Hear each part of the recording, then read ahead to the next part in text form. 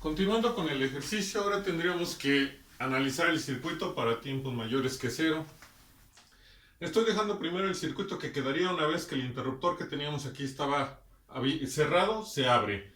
El interruptor que estaba en esta posición estaba abierto, se cierra, y el que estaba en esta posición está abierto y también se cierra. Aquí se puede observar mejor que el capacitor de 250 micros no lo vamos a ocupar para los cálculos del lado del circuito donde están los cálculos que hay que realizar. No afecta lo que tenemos de este lado, es decir, de este punto a este punto. Todo este circuito lo podemos despreciar porque no va a afectar el resultado de lo que nos están pidiendo. Y el único capacitor que quedaba de los dos que teníamos aquí era el de 10 o el de 100 milifaradios o milifarad. Es por eso que calculamos la condición inicial únicamente de ese capacitor. Una vez que ya tenemos ubicado por el circuito y tenemos los cambios de interruptores, entonces hay que transformar el circuito al dominio de Laplace. Únicamente la parte que requerimos para obtener los valores de las variables que nos pidieron. Lo demás no lo vamos a transformar. Entonces, recordando que la impedancia del capacitor siempre es 1 sobre CS y el voltaje de la fuente dependiente del capacitor siempre es igual a la condición inicial del capacitor sobre S. Entonces transformamos el circuito. Ya sabemos que el que tiene condición inicial es el de 100 milifarad, que en este caso al transformarlo al dominio de Laplace nos queda 10 sobre S, que sería la impedancia del capacitor. Y recuerden que siempre que un capacitor o una bobina tenga condición inicial, debe de aparecer conectado en serie al capacitor, a la bobina, una fuente de voltaje. La dirección siempre que lleva la dirección de la fuente del capacitor es contraria a cómo se calculó la caída de tensión de ese capacitor. Recuerden que la caída de tensión del capacitor se calculó hacia abajo. ¿Qué significa? Que esta fuente se la conectamos en serie al capacitor de 100 milifaradios, que ahora vale 10 sobre S, y va hacia arriba, porque la caída de tensión iba hacia abajo. Y nada más es sustituir el valor de la condición inicial sobre S, que sería 67.14 sobre S. Recuerden que ya una vez obtenido el resultado ocupamos dos decimales. Tenemos todo el circuito, la fuente que era una constante de 10 la transformamos al dominio de Laplace y nos queda 10 sobre S. Las resistencias pasan exactamente igual del dominio del tiempo al dominio de Laplace, esa no se divide en sobre S, por eso las tenemos así. Y la impedancia del capacitor. Ubicamos las variables que nos pidieron, ahora ya no van a ser letras minúsculas, sino letras mayúsculas, porque estamos hablando en el dominio de Laplace. Y ya no va a ser T, sino en la variable compleja de Laplace. Lo mismo para el voltaje del capacitor, las direcciones que nos indicaron en que se había que calcular. Y si no podemos aplicar divisores de voltaje o de corriente directos, como tenemos capacitores, el hacer reducciones va a complicar mucho la solución. Yo no les recomiendo que hagan reducciones. Si dominan muy bien el álgebra, háganlo entonces. Pero si tienen problemas con el álgebra, no se los recomiendo. ¿Qué va a suceder? Pues entonces vamos a usar el método de mallas. Aunque aquí podríamos usar superposición, nos va a quedar en determinado momento ramas en paralelo, que si las reducimos vamos a generar un polinomio más complicado que lo que tenemos. Por eso es que, así como está el circuito, en este caso sí se va a aplicar mallas, porque es lo más fácil de utilizar. Ya sabemos que el sentido que le vamos a dar a la corriente de malla va a ser el sentido convencional. Como en este caso cada malla tiene una fuente, pues entonces el sentido de esa malla lo va a determinar la fuente. Recuerden que vamos de más a menos el sentido convencional de la corriente de la malla, y en este caso este sería la dirección para la corriente de la malla 1. La dirección de la corriente de la malla 2 va de nuevo de más a menos de acuerdo a la fuente, y esta sería la dirección en el sentido convencional de la fuente de corriente de la malla 2. Una vez que ya dimos sentidos y ya estamos ocupando el método de mallas, pues entonces vamos a establecer qué requerimos a través de lo que tengamos que calcular. Si observamos I de S va a ser igual a la corriente de la malla 1. ¿Por qué? Porque la corriente de la malla 1 y la corriente que me están pidiendo calcular llevan la misma dirección. Si fueran en sentido contrario sería negativo, pero como van en la misma dirección se queda positivo.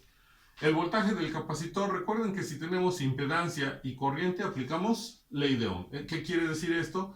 Que como ya conocemos la impedancia del capacitor, necesitamos conocer la corriente que circula en ese capacitor. Y en este caso es la corriente de la malla 2. Pero la caída de tensión que me están pidiendo calcular va hacia abajo, y la corriente de la malla cuando circula en el capacitor va hacia arriba. Como llevan direcciones contrarias, ese voltaje se queda negativo. Y sería la impedancia, que es 20 sobre S, por la corriente, que es J2. Como ya ubicamos, requerimos encontrar la corriente de la malla 1 y la corriente de la malla 2. ¿Qué vamos a hacer ahora? Pues escribir las ecuaciones de malla. Primero habría que determinar las impedancias propias y mutuas de malla. Pero como no tenemos acoplamientos, eso es muy fácil, porque para la impedancia propia de una malla, lo único que hacemos es sumar los elementos pasivos que forman parte de la malla. En este caso, al sumar los elementos pasivos que forman la malla 1, nos va a quedar como 15 más 10 sobre S. Y lo multiplicamos por la corriente de la malla 1. Más la impedancia que hay entre la malla 1 y la malla 2, o menos, depende de qué, de las corrientes de malla. Ubicamos primero el elemento que quedó entre mallas, lo recorremos con las corrientes de la malla 1 y la malla 2. La corriente de la malla 1 va hacia abajo en la resistencia de 10, y la corriente de la malla 2 también va hacia abajo en la resistencia de 10. Como ambas corrientes llevan la misma dirección en el elemento que quedó entre las mallas, lo vamos a dejar positivo.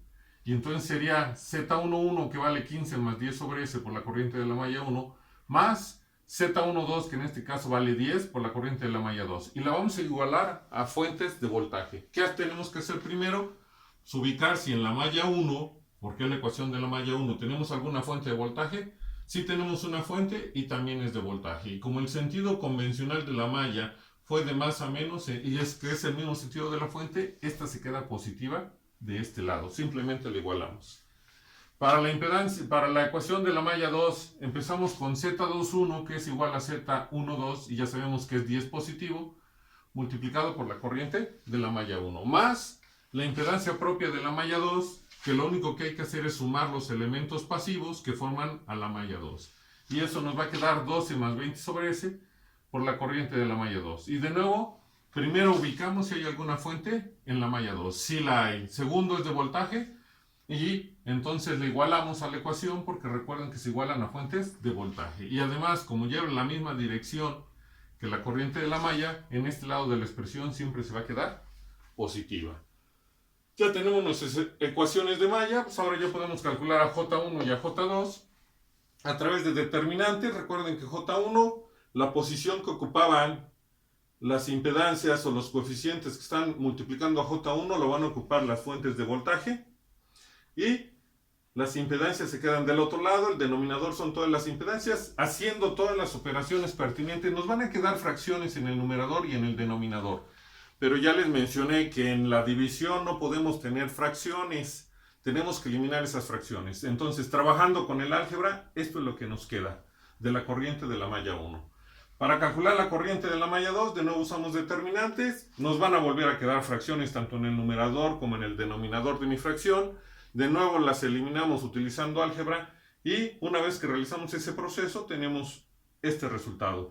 El menos que está aquí en realidad era menos 521.4 S más 100, pero como yo lo voy a factorizar para poder trabajar más rápido, lo dejo afuera, que si lo quiero ver, bueno, pues puedo colocar un menos y un paréntesis para que no haya problema. Y entonces me va a quedar 521.4 positivo menos 100. En realidad estaban invertidos, pero estoy factorizando el signo negativo para que se me haga o pueda yo realizar más fácilmente las operaciones. Todavía falta hacer un proceso con estos datos, pero ya calculamos a la corriente de la malla 1 y la corriente de la malla 2 para poderla sustituir y obtener el resultado.